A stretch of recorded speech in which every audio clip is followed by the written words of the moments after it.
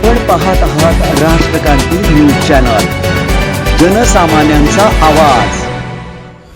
राष्ट्रक्रांती news channel मध्ये आपल्या सर्वांचं मनपूर्वक स्वागत आहे।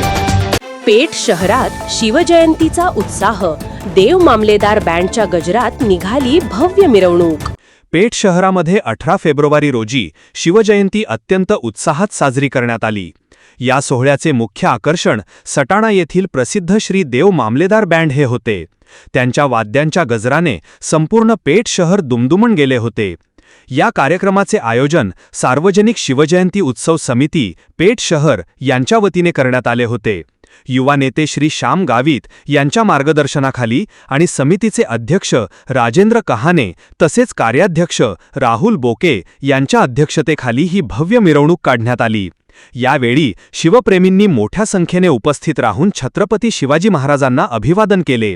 ढोल ताशांचा गजर, भगवे झेंडे आणि जय भवानी जय शिवाजीच्या घोषणांनी शहर शिवमय झाले होते। अत्यंत शिस्तबद्ध आणि उत्साही वातावरणात ही मिरवणूक पार पडली।